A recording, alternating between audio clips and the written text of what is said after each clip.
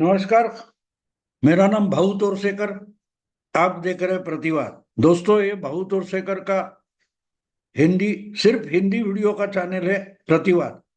अगर मेरे वीडियो आपको पसंद आते हैं तो ज्यादा से ज्यादा सब्सक्राइब करें। आज मैं थोड़ा पंजाब के बारे में बोलूंगा। एक बात साफ हो गई है, जो कुछ तमाशा पिछले 10 साल से केजरीवाल दिल्ली में कर रहे हैं, उसको जनता ने अच्छा प्रतिसाद दिया था। वो प्रचंड बहुमत से 2 बार दिल्ली के मुख्यमंत्री बने।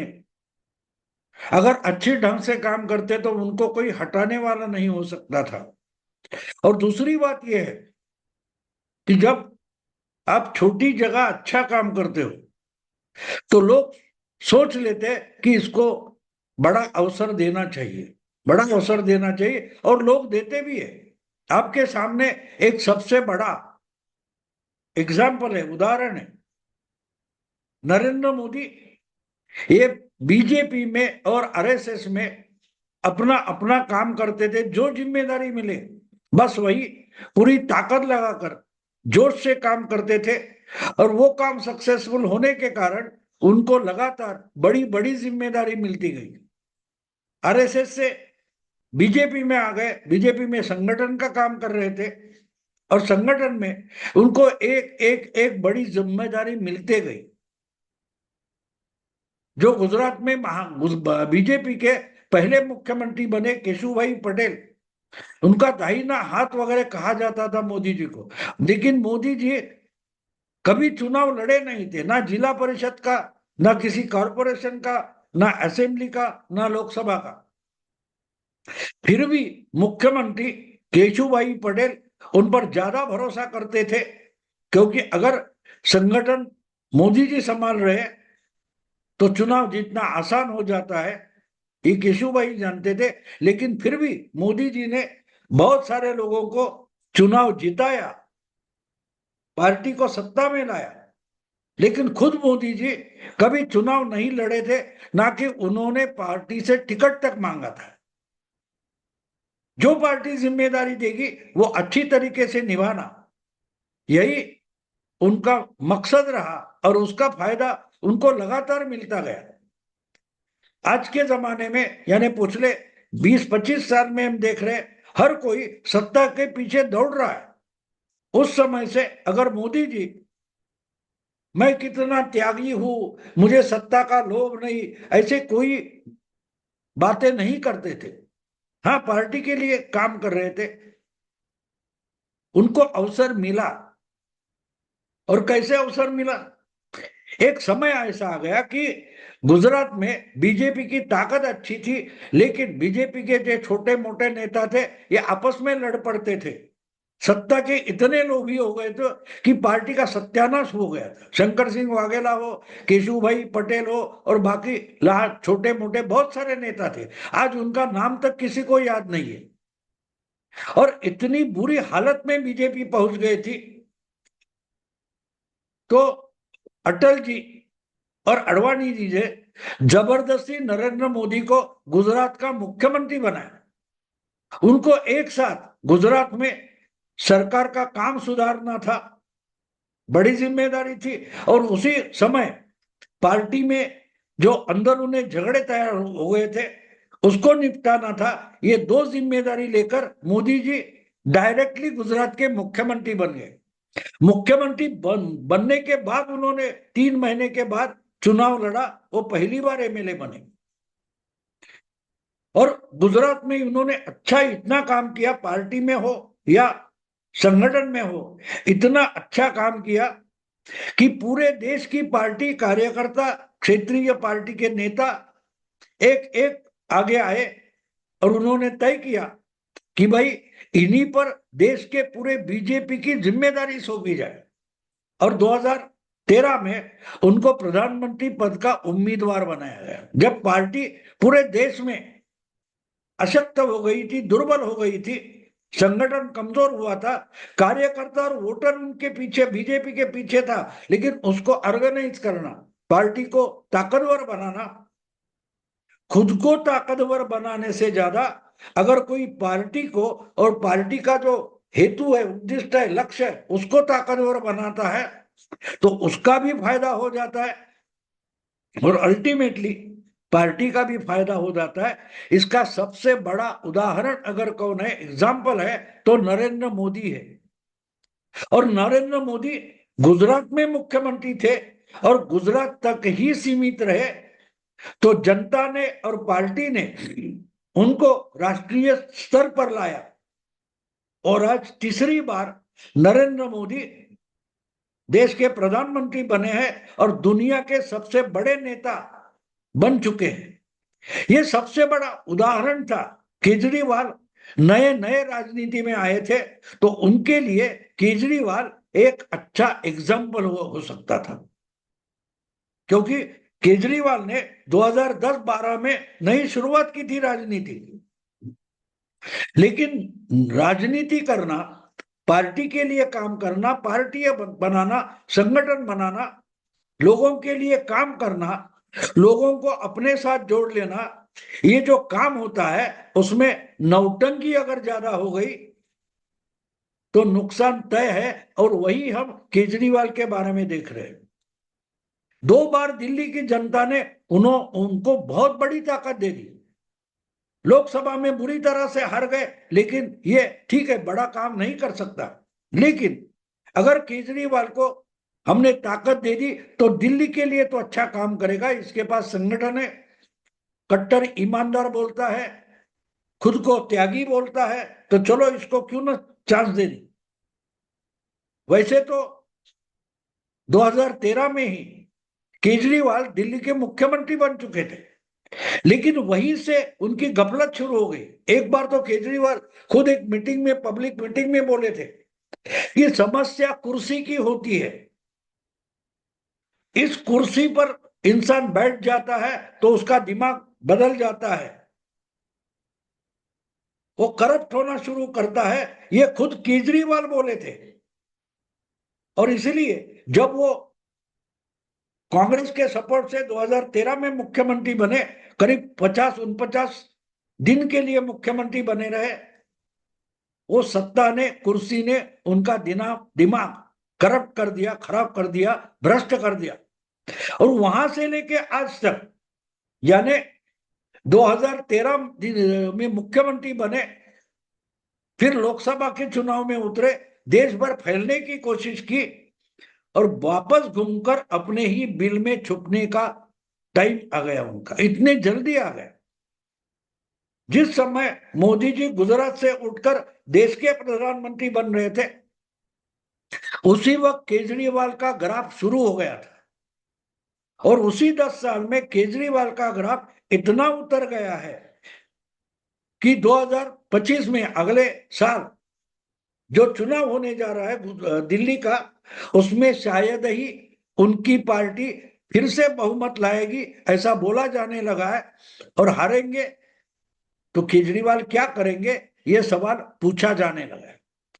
देखो, केजरीवाल ने दिल्ली में क्या काम किया, उसका जाहिरात, इश्तिहार बहुत दे, प्रचार बहुत किया, काम बहुत कम किए। चम्मच भर काम करना और हांडा भर काम दिखाना, इसको ड्रामा बोलते हैं। और वही केजरीवाल करते आए, इसलिए आज उनके बुरे दिन आ गए। और इतने बुरे दिन आ गए कि उनको एक समय लगता था कि अगर मुझे जेल में डाल दिया गया तो दिल्ली में रिवॉल्यूशन हो जाएगा, क्रांति हो जाएगी, मोदी को दिल्ली में बैठकर देश का कारोबार चलाना मुश्किल हो जाएगा। इसलिए वो सरकार को, मोदी सरकार को, ईडी को, सीबीआई को चैलेंज करते थे, डाल के दिखाओ, मुझे अरेस्ट करके, गिरफ्तार करके दिखाओ, मुझे जेल में डाल के दिखाओ।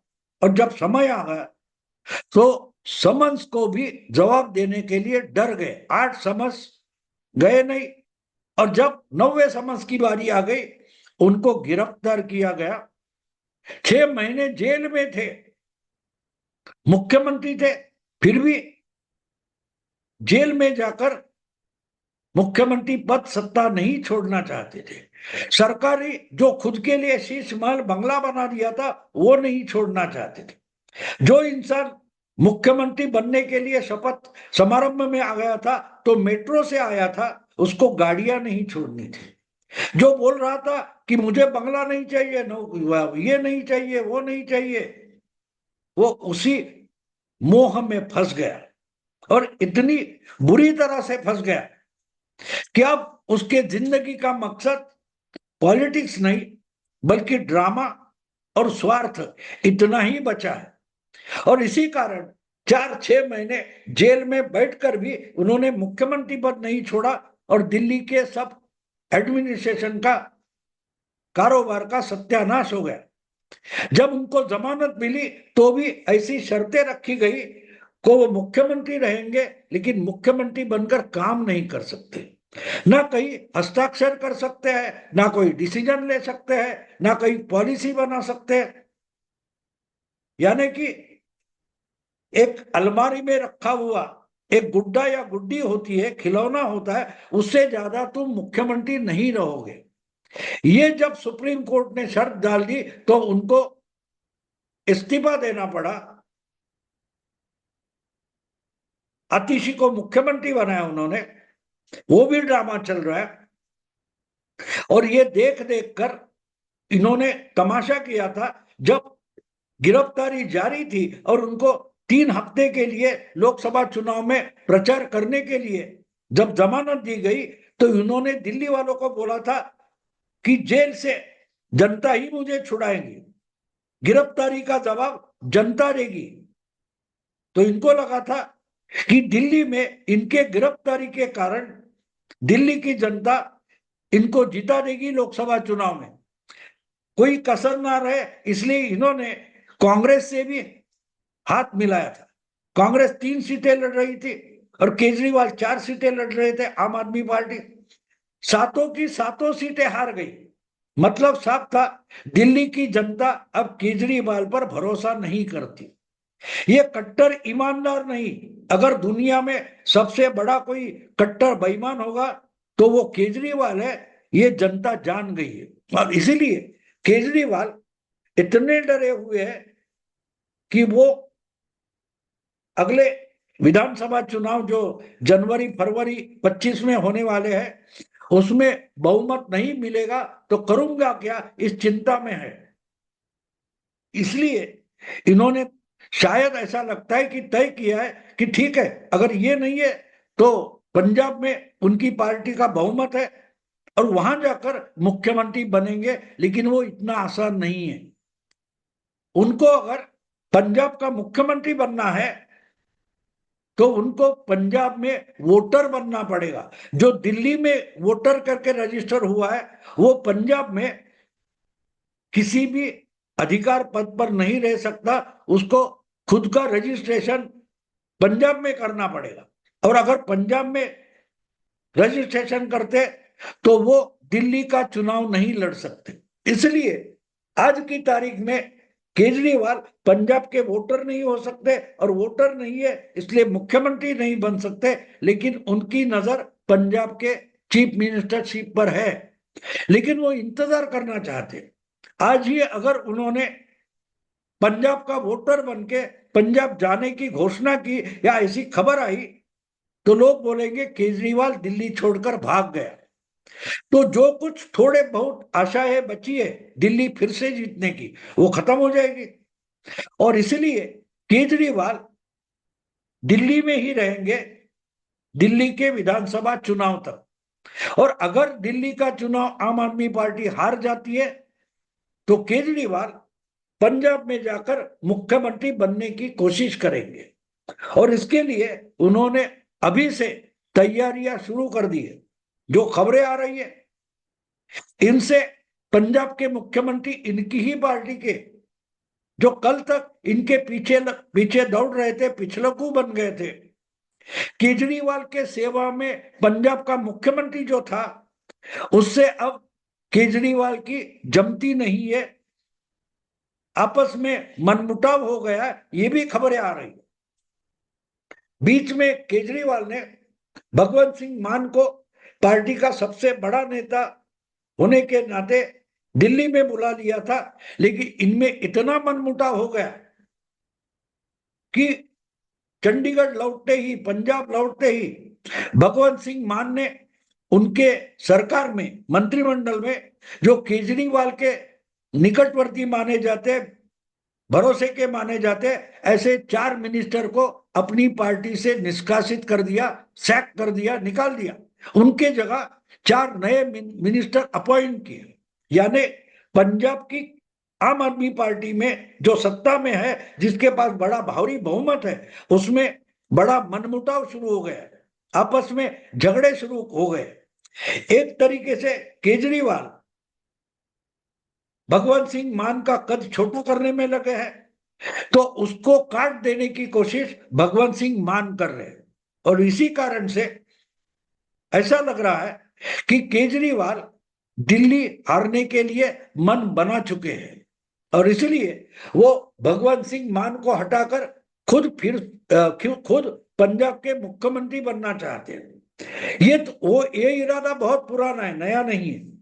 2000 मेरा ख्याल है 2017 में जब पंजाब का चुनाव हो रहा था, तब इनके मन में यही था, और ये चर्चा भी हो गई थी।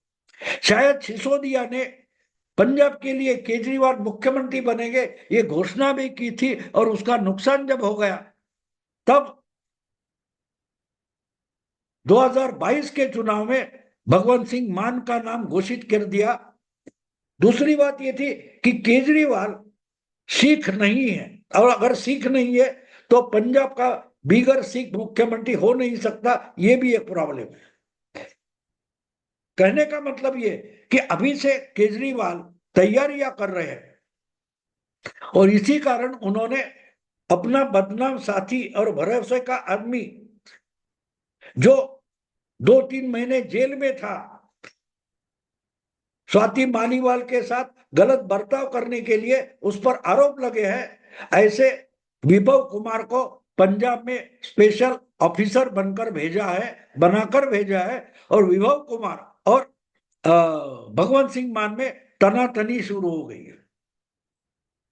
इन शॉर्ट, जो बिहार में 10 साल पहले हुआ था, 2014 के चुनाव में बिहार में बुरी तरह से हारने के बाद नीतीश कुमार ने मुख्यमंत्री पद की कुर्सी छोड़ दी थी, और अपने जगह जीतन राम मांझी को मुख्यमंत्री बनाया था। लेकिन आहिस्ते आहिस्ते जीतन राम मांझी घोड़े पर चढ़ गए और घोड़े से उतरने के लिए राजी नहीं थे।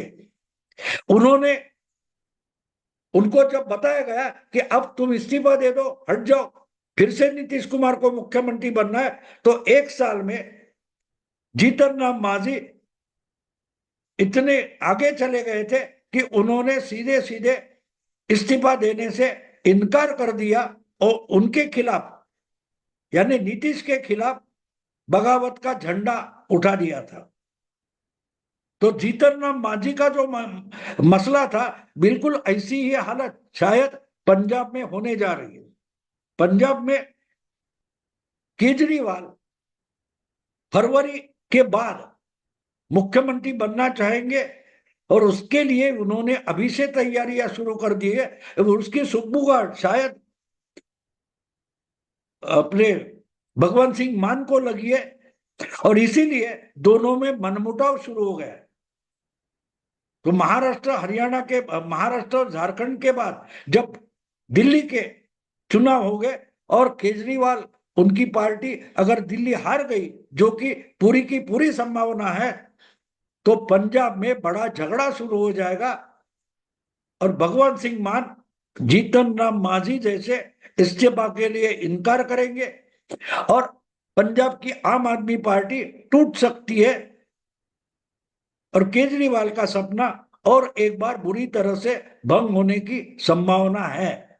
दोस्तों, अगर ये वीडियो आपको पसंद आए तो लाइक कीजिए, शेयर कीजिए, और प्रतिवाद को सब्सक्राइब कीजिए। नमस्कार।